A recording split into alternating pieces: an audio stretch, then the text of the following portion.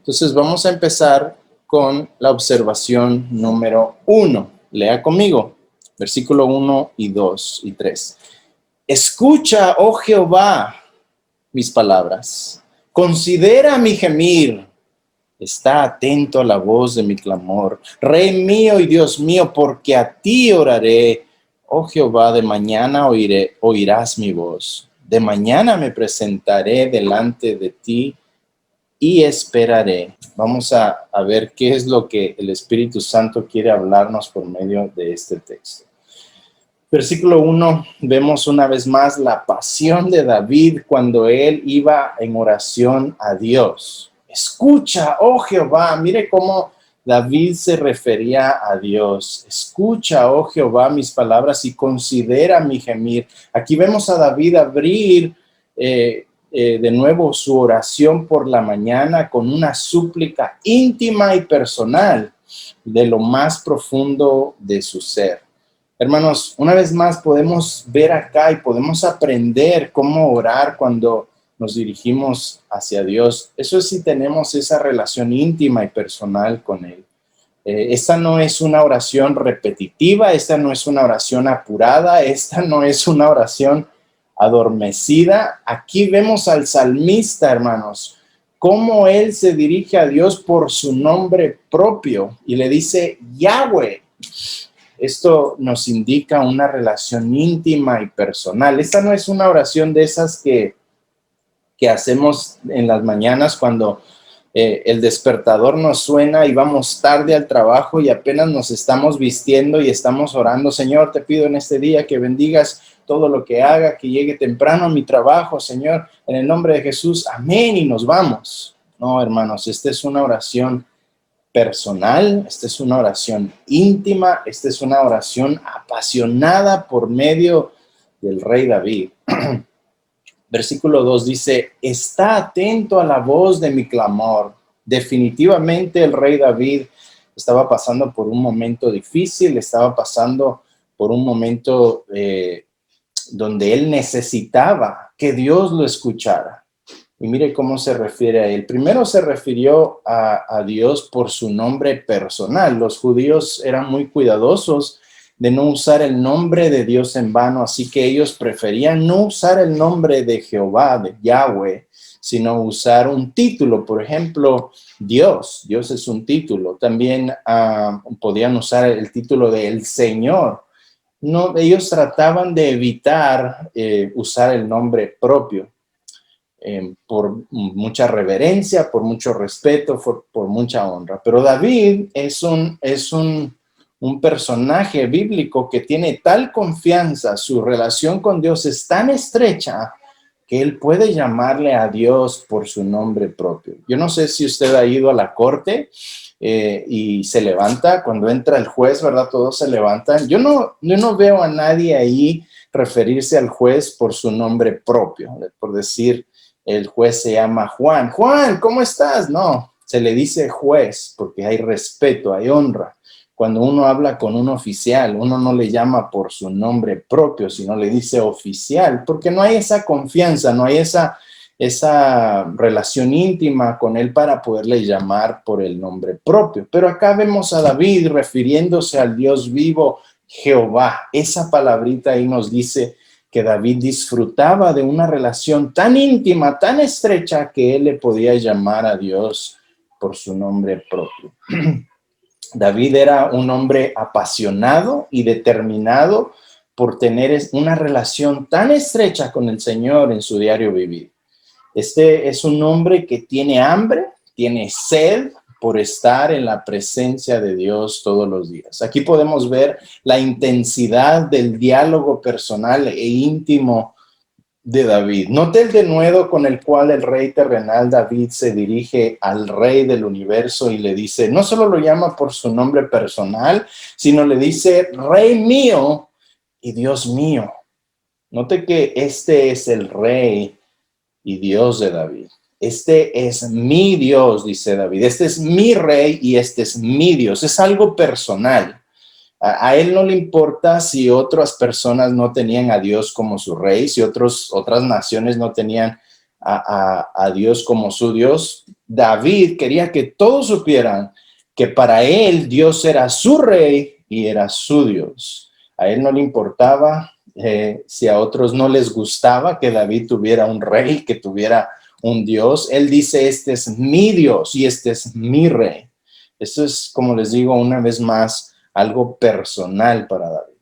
Entonces, no hay nadie más a quien dirigir nuestras oraciones, sino al Rey del universo y al Dios del universo. Hermanos, solo Él es omnisciente, solo Él sabe todo lo que está pasando en el universo. Solo Él es omnipresente, Él está en todos lados, Él está ahí donde usted está, Él está aquí donde yo estoy, Él conoce lo que hay en mi mente, en mi alma, en mi ser, Él conoce lo que hay en su corazón, Él sabe lo que usted está pasando en este momento. No solo eso, sino Él es infalible. ¿Qué quiere decir eso? Que Él no se retracta de sus promesas. Él va a cumplir lo que prometió, lo que nos dejó por escrito, lo va a cumplir al pie de la letra.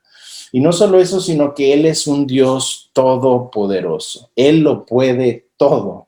Hermanos, ¿a quién más posee esos atributos divinos? Nadie, absolutamente nadie. Y es por eso que David dice, a ti oraré. No hay nadie más a quien yo pueda ir a orar para que me escuche donde quiera que yo esté, para que comprenda la situación en la que esté. Y no solo eso, sino que pueda hacer algo al respecto. Ese es solo nuestro Dios, hermanos. Si tú tienes a Dios como tu rey, como tu Dios, tú tienes la confianza de que puedes ir ante Él, puedes orar ante Él, puedes pedirle que escuche tu oración. Hermanos, cuando nosotros oramos, tengan por seguro que Dios escucha nuestro clamor.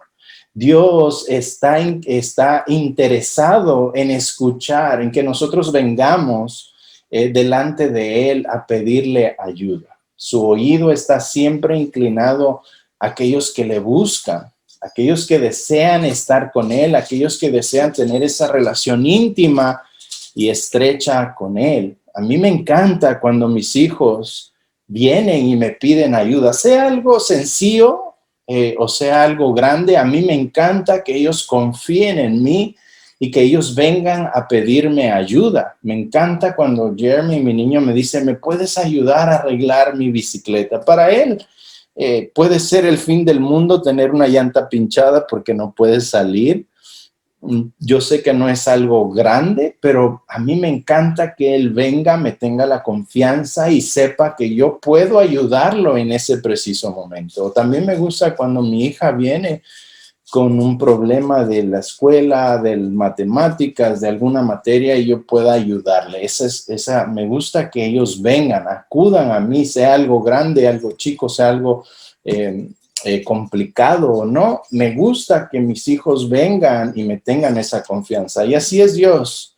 Él quiere que vayamos, hermanos, directo a Él, que no lo dejemos de último en la línea. Muchas veces acudimos a muchas personas, incluyendo no sé, a la computadora, a Google, y le preguntamos a medio mundo, y cuando ya no tenemos a quién acudir, solo me queda ir a Dios, y dejamos a Dios de último lugar. Y creo que vea usted en este salmo cómo David dice que de mañana él iba al Señor. Entonces nosotros no hablamos, no le rogamos a ídolos que no escuchan, que no ven, que no pueden hacer nada al respecto. Nosotros tenemos un Dios vivo, un Dios todopoderoso que puede acudir a nuestras necesidades.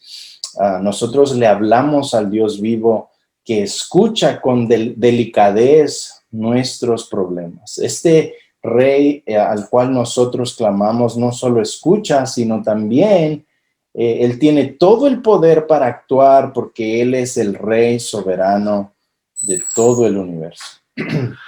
Versículo 3, vemos cuándo es que David acudía a Jehová. Dice versículo 3, oh Jehová, de mañana oirás mi voz. Hermanos, el corazón de David despertaba entusiasmado y animado con el deseo de hablar con su Dios. Era lo primero que él hacía por la mañana. En otras palabras, es como que David estuviera diciendo, oh Yahweh, oh Jehová, seré el primero que va a estar en línea para que oigas mi voz por la mañana. Nadie estará antes ahí que yo. De mañana vendré a ti y seré el primerito, porque tengo ese anhelo, es una ansiedad santa de querer estar con Dios. El deseo de David era ser el primero en hablar con Dios. No el segundo, no el tercero, no el cuarto. Él quería estar ahí primerito. Vea la próxima frase, dice, de mañana me presentaré delante de ti. Antes de cualquier otra cosa. Y recuerde que David era un rey. David era un gobernador. David era un hombre ocupado. David era un hombre de guerra. Él tenía muchos asuntos, muchos problemas. Su agenda estaba llena. Pero él dice, antes de hacer cualquier otra cosa, antes de cualquier otro asunto, David quería pasar tiempo a solas con Dios. No sé si usted puede ver esto, pero aquí vemos el hambre y la sed de David por estar con Dios. Puede ver la pasión de David por Dios al darle su máxima prioridad en las primeras horas de la mañana. Lo primero que quería hacer David era pasar tiempo con él. Esto es como decir, tú eres lo más importante para mí. No me perdería este momento por nada en el mundo. Y luego vemos las palabras de David que dice, y esperaré. O sea, no solo me presentaré delante de ti, sino también esperaré. ¿Por qué? ¿Qué quiere decir eso? Hermanos, esto nos da la noción de que aunque Dios, hipotéticamente, hay que pretender que Dios estuviera muy ocupado con sus asuntos para atender a David no le importa eso. David dice, esperaré a Dios el tiempo que sea necesario. Cuando algo nos importa, esperamos. Cuando algo realmente es importante para nosotros, esperamos porque esperamos. Pero si algo no es importante, ¿qué hacemos? Nos largamos tan pronto sea posible. En cualquier excusa que veamos, decimos, bueno, no vino, yo estuve, me voy.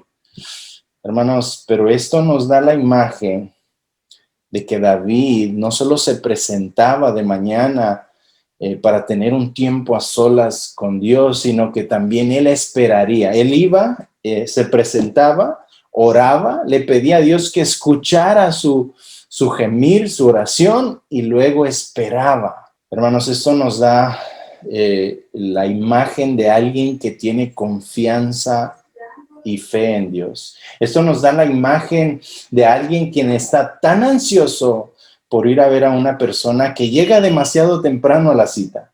La secretaria sale y le dice, el rey está ocupadísimo en este momento, y la persona dice, no importa, yo lo espero, pero no sabemos cuánto va a demorar. Y el muchacho dice, no importa, lo esperaré todo el tiempo que sea necesario. En otras palabras, ya no me muevo de aquí hasta tener un tiempo con mi Dios. Es en vano empezar, hermanos, es en vano empezar nuestro día si no hemos estado un momento a solas con Dios. Yo sé que es algo difícil, yo sé que es algo que todos estamos trabajando en eso. El Señor nos exhorta, el Señor nos confronta con eso. Es algo en lo cual nosotros podemos mejorar, porque yo creo que a mí me cuesta. Yo no sé usted si a usted se le hace fácil, pero a todos nos cuesta, ¿no es así? A todos nos cuesta tener ese momento, apartar ese momento para estar con el Señor. Hermanos, Dios nunca está ocupado para personas que anhelan estar con Él.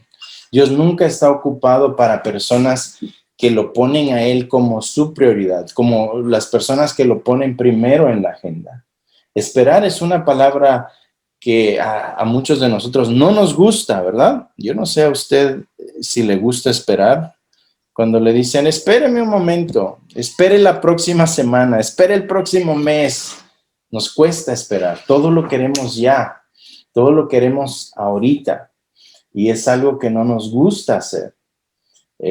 Pero acá vemos que David no solo se presentaba delante de Dios, no solo oraba, sino que también esperaba. Hermanos, esperar en Dios significa realmente confiar en Él.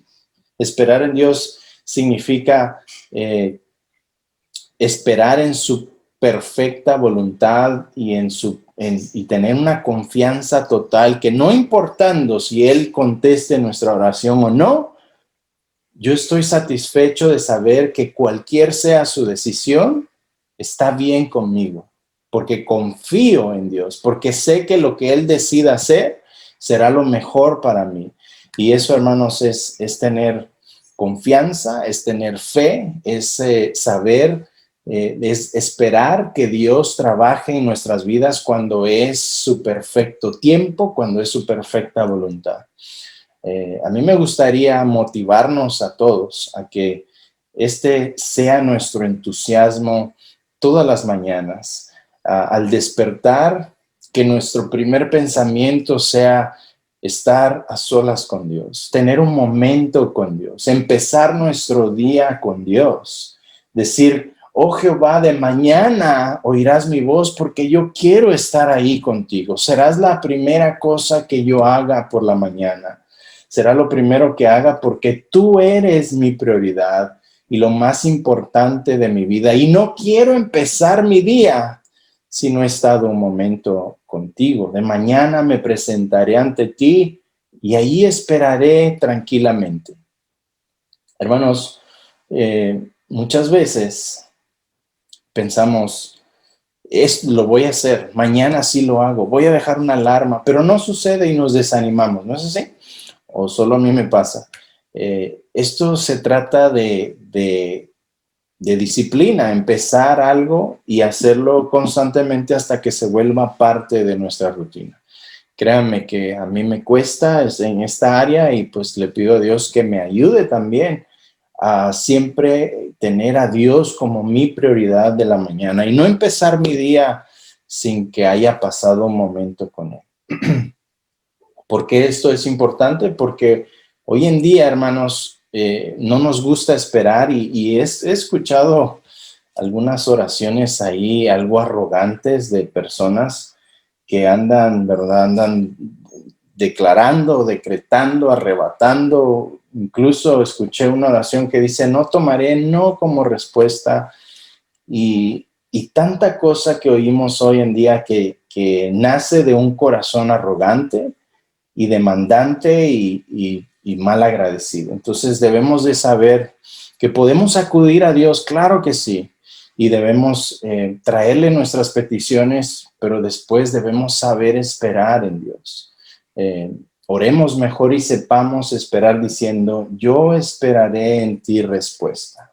Señor, haz en mi vida tu voluntad. Hágase conforme a tu perfecta voluntad. Confiaré en tu soberanía y en ti esperaré. Dame paz, dame tranquilidad para que mientras espero por tu respuesta, yo tenga contentamiento, tenga felicidad y tenga esa fe sabiendo de que cualquier sea la respuesta, yo confío que será lo mejor para mi vida. Vamos a pasar a la observación número 2 dice lo siguiente. Dios no escucha al malvado. Mire lo que dice David. Porque tú no eres un Dios que se complace en la maldad. El malo no habitará junto a ti. Los insensatos no estarán delante de tus ojos. Aborreces a todos los que hacen iniquidad, destruirás a los que hablan mentira, al hombre sanguinario y engañador abominará Jehová. Hermanos, David entendía la santidad infinita y exclusiva de Dios. Dios no puede aprobar, tolerar, tener comunión con el pecado. Habacuc 1:13 dice lo siguiente. Muy limpio eres de ojos para ver el mal, ni puedes ver el agravio. Hermanos, este es un recordatorio de parte de David hacia Dios a que esté de su lado, que venga y lo defienda de sus enemigos, porque estos enemigos se habían vuelto en contra de Dios. Y David le está recordando, ven a ayudarme porque estos se han rebelado en contra de ti. Y tú eres un Dios santo y tú no puedes tener como amigos a los impíos y no puedes tener una relación con ellos. Es más, aborreces, dice, a todos los que hacen iniquidad. Hermanos, yo no sé si ustedes han oído un dicho que es muy común y dicen, y aseguran que Dios odia el pecado, pero ama al pecador. Sé que lo han escuchado en algún lado, pero no es bíblico.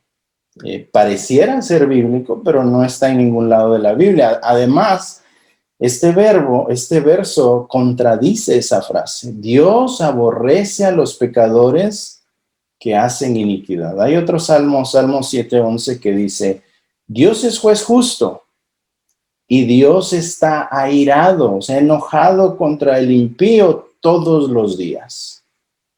R.C. Sproul, uno de los teólogos más brillantes de este siglo, dijo lo siguiente: si Dios odia el pecado y ama al pecador, ¿por qué el infierno está lleno de pecadores y no solo de pecado? Hermanos, Dios odia el pecado y aborrece al pecador, pero Dios ama al pecador que se arrepiente de su pecado, que corre a la cruz de Cristo y pone toda su confianza en Cristo Jesús. Todo pecador que no se arrepiente es porque piensa que no tiene necesidad de un Salvador y es un altivo de corazón.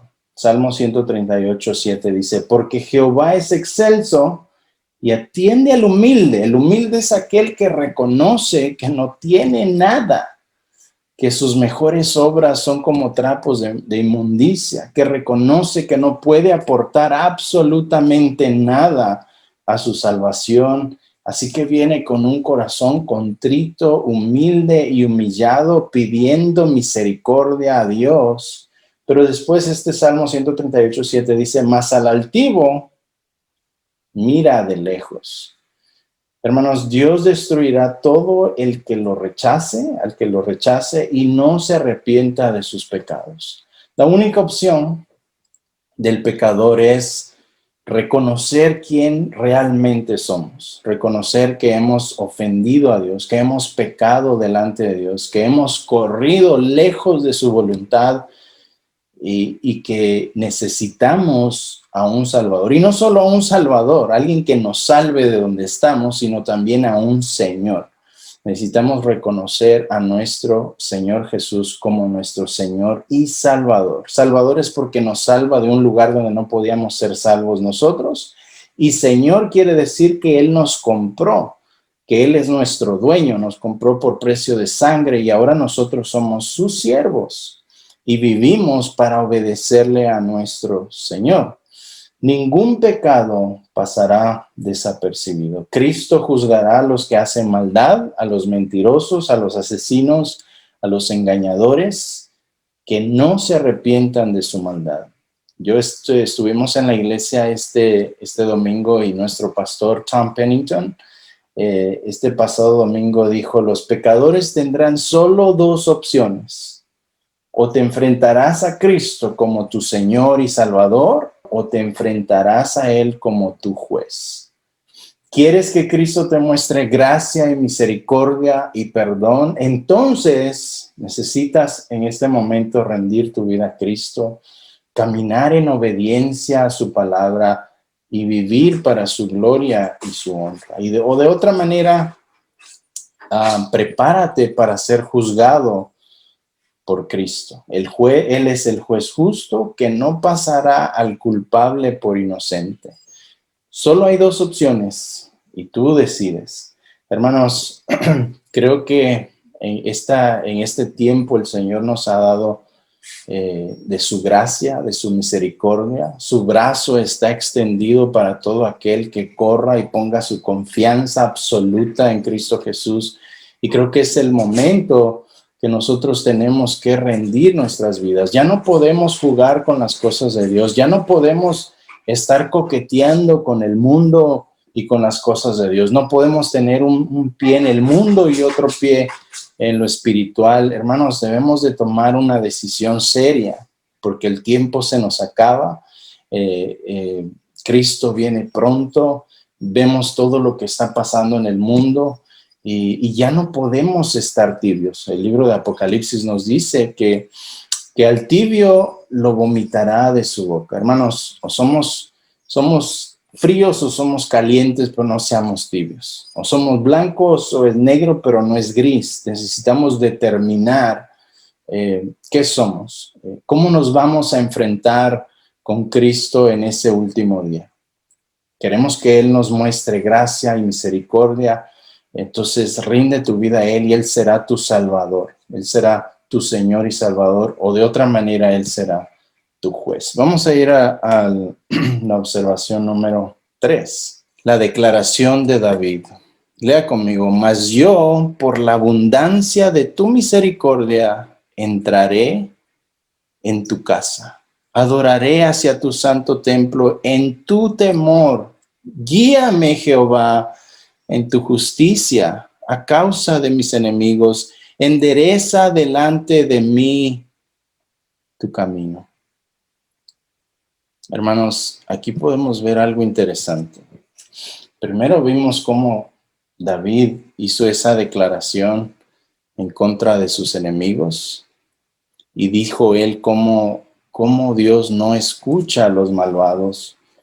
Pero ahora vemos el contraste y vemos el contraste en el versículo 7 donde él dice: mas yo. Hermanos, David hace una separación aquí. Él se separa de esta lista de malvados que no serán oídos por Dios. Pero note que la separación no es porque David es más bueno que los demás, no es porque David es el rey y ellos no son el rey, no es porque David sea más listo, más santo o más justo que los demás. David tiene una relación con Dios simple y sencillamente, mire lo que dice el versículo 7b, por la abundancia de tu misericordia estaré en tu casa. Adoraré hacia tu santo templo en tu temor. Esto, hermanos, no tiene que ver nada con David y sus buenas obras o el hecho que era el rey de Israel o por su propia justicia. No, esto no tiene nada que ver con David, sino con la abundante misericordia de parte de Dios hacia él. Esta misericordia es tan grande, es el amor de Dios por el cual él recibe a pecadores que se arrepienten y creen a él. La palabra adoraré aquí literalmente significa caer postrado en reverencia y sumisión. Es un acto total de rendirse ante alguien. David reconocía lo indigno que él era, pero por medio de la abundante misericordia y la abundante gracia de Dios, él podía entrar al santo templo y adorar a Dios. La única diferencia entre los malvados y David era de que él había recibido abundante misericordia de parte de Dios para que él pudiera ir al templo y pudiera postrarse, rendirse totalmente hacia Dios y adorarle. Note que David no entra al templo con la cabeza en alto, sino en el temor de Dios. Esto nos habla de reverencia, esto nos habla de respeto, esto nos habla de honor con el cual David entraba en la presencia de Dios.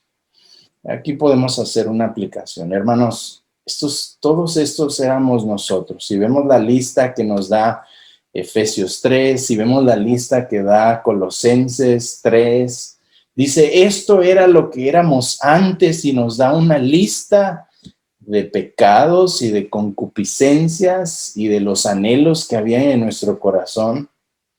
Nosotros todos éramos pecadores, todos éramos indignos, desdichados y fuera del pacto de Dios, fuera de las bendiciones de Dios, fuera de las promesas de Dios, fuera de la misericordia de Dios.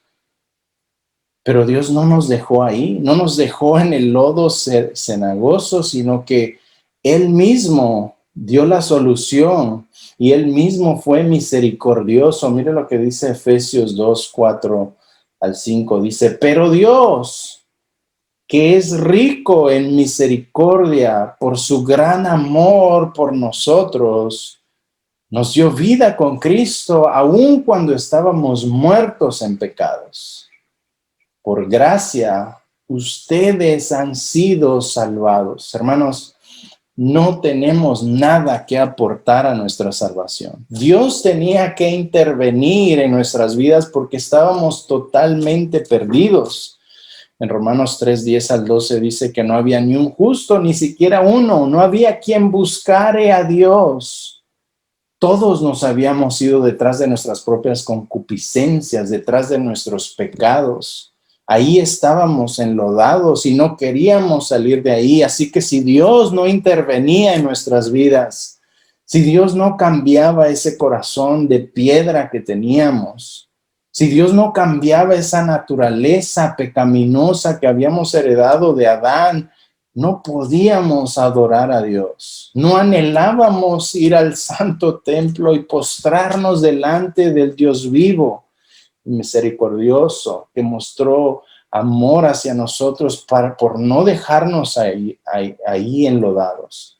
En Romanos 5:8 dice, pero Dios muestra su amor para con nosotros en que aún siendo pecadores, siendo enemigos de Dios, Cristo murió por nosotros. Hermanos, esta es la misericordia que alcanzó a David y que nos ha alcanzado a nosotros. Y es por eso mismo que nosotros la iglesia y adorar a Dios con todo nuestro corazón y podernos postrar delante de Él diciéndole, Señor, si no fuera por tu misericordia, si no fuera por tu gracia, yo sería uno de ellos. Yo estaría condenado a morir eternamente. Si no hubiese sido por la abundante misericordia de Dios, estuviéramos aún muertos en pecados, yéndonos detrás de todo pecado terrenal. Y así como a David, esa misericordia lo impulsaba a adorar a Dios. Y así también nos impulsa a nosotros a buscar de Dios, a escudriñar de Dios, a conocerle más, conocer todos sus atributos, a conocer quién es Cristo, por qué vino Cristo a morir por mí. Hermanos, esa misma misericordia es la que nos tiene acá estudiando la palabra de Dios. Es la que nos tiene acá estudiando verso por verso. ¿Quién es este Dios que me ha amado tanto que no me dejó ahí en el basurero?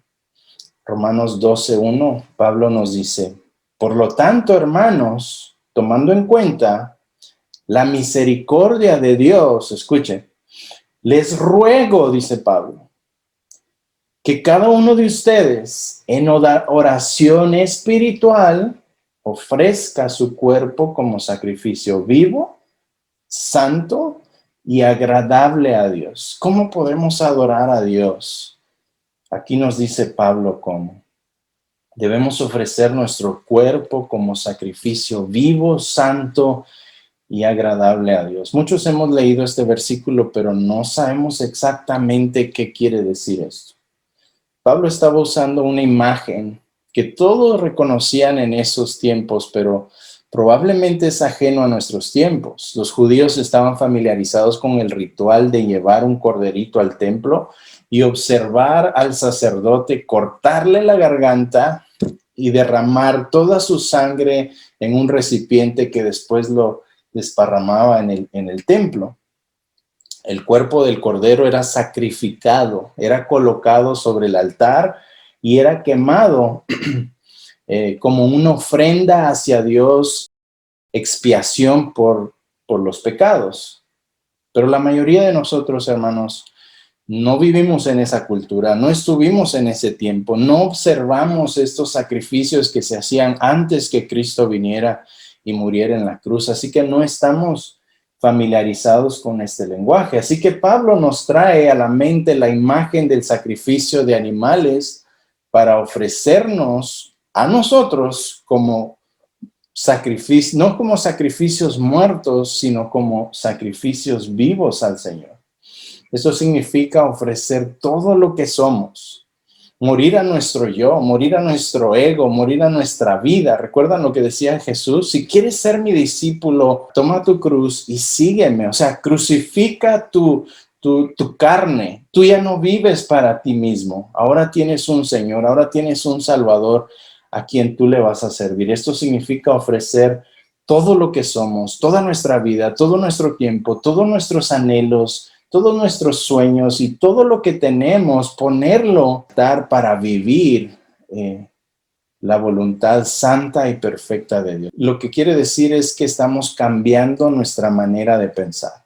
Si antes vivíamos inconscientemente de que Dios estaba interesado en nosotros y que queríamos vivir haciendo su voluntad, hoy vivimos para Él. Todo lo que nosotros hacemos hoy se centra en Dios. ¿Qué es lo que Dios quiere que yo haga? ¿Cuáles serán los planes de Dios para mi vida? Yo quiero vivir para Dios. Yo quiero vivir para su gloria. Yo quiero vivir para su honra. ¿Cuáles son sus planes para mi vida?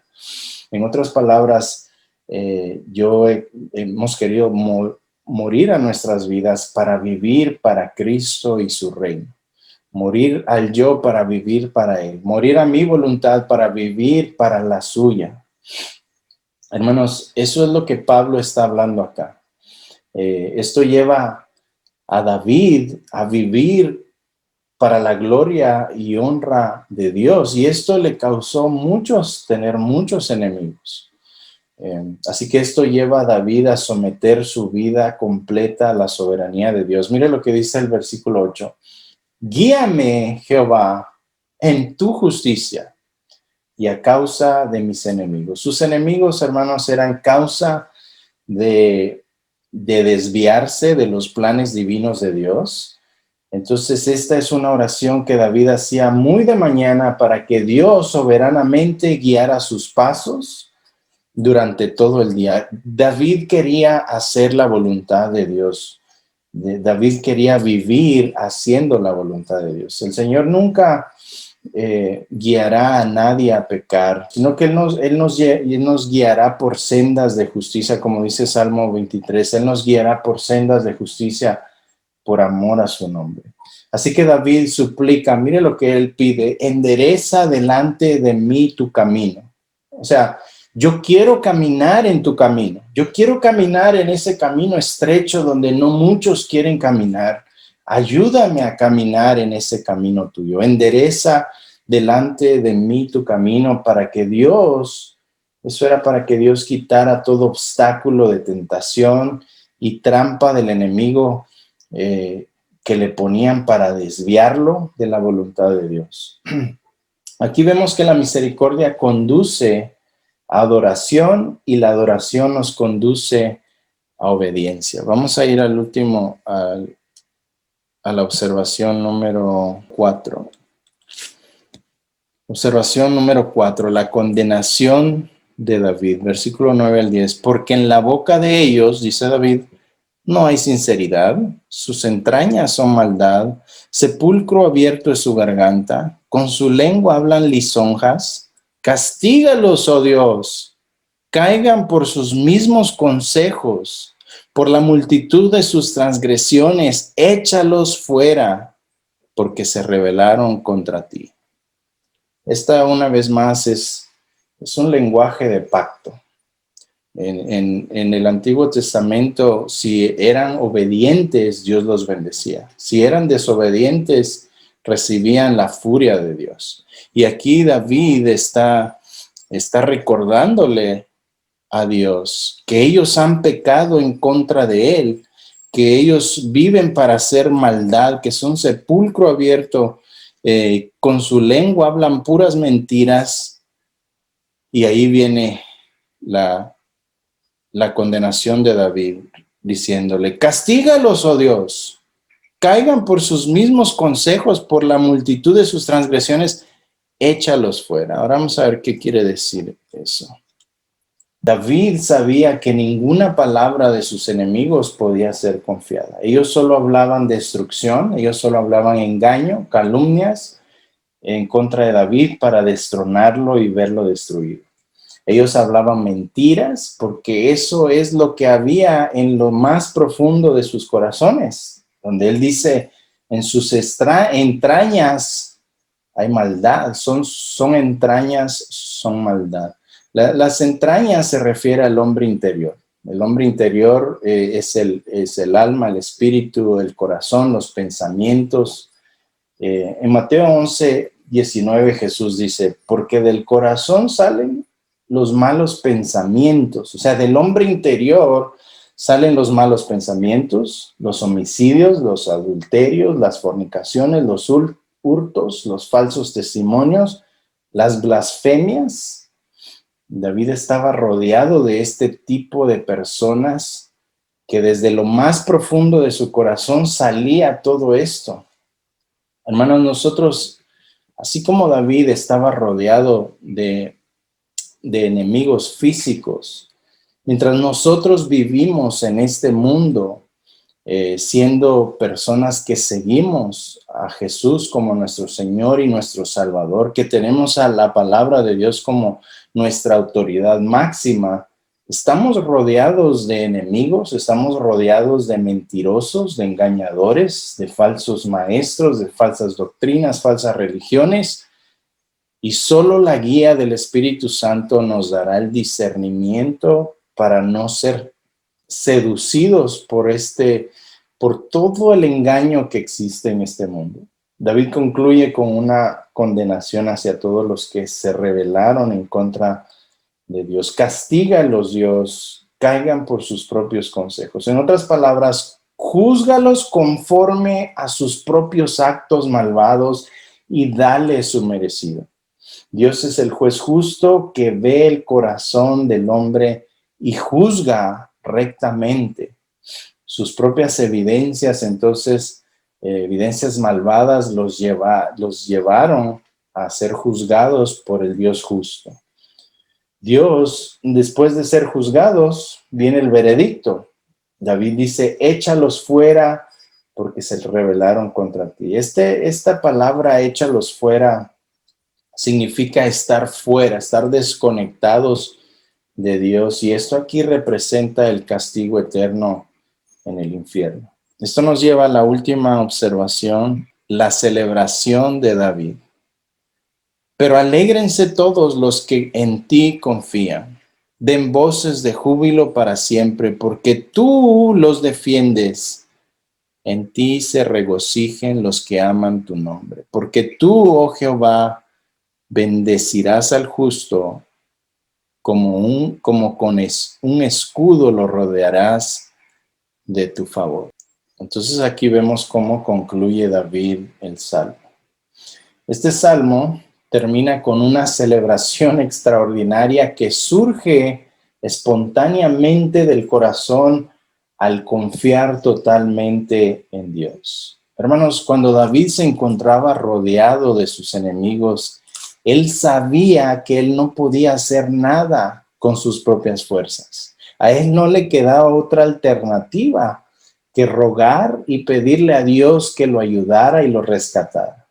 Confiar en Dios significa entonces poner toda tu confianza en el Dios que es fiel y verdadero a su palabra. En Dios no hay engaño, sino seguridad, paz y estabilidad. Los que viven bajo esta confianza en Dios viven cantando, viven adorando, viven dando voces de júbilo porque viven bajo la soberana protección de un Dios vivo y que sabemos, hermanos, sabemos de que Él nos ama y ya lo probó, ya lo comprobó, lo probó en la cruz del Calvario, mandando a su Hijo unigénito para morir en nuestro lugar, recibir la furia que tú y yo íbamos a recibir, ponerla sobre los hombros de su Hijo para que nosotros pudiéramos tener vida.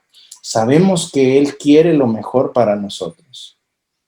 Así que poner nuestra confianza en Dios nos trae esa felicidad, ese gozo de saber que estamos seguros. Ahora, esto no quiere decir que todo será color de rosa, que esto será un paseo en el campo, no.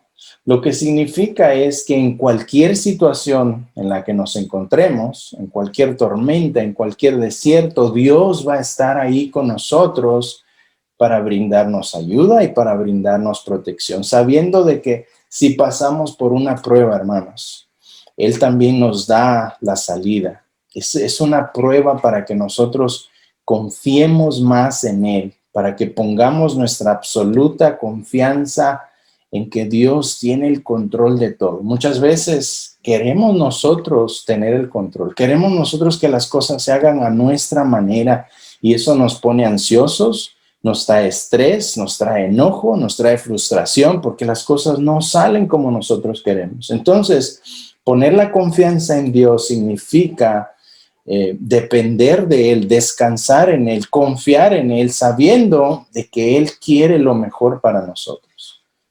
Todos los que hemos puesto, hermanos, nuestra confianza en Cristo Jesús, nos regocijamos en Él, en su obra perfecta, en nuestra redención, en nuestra salvación y últimamente en nuestra vida eterna.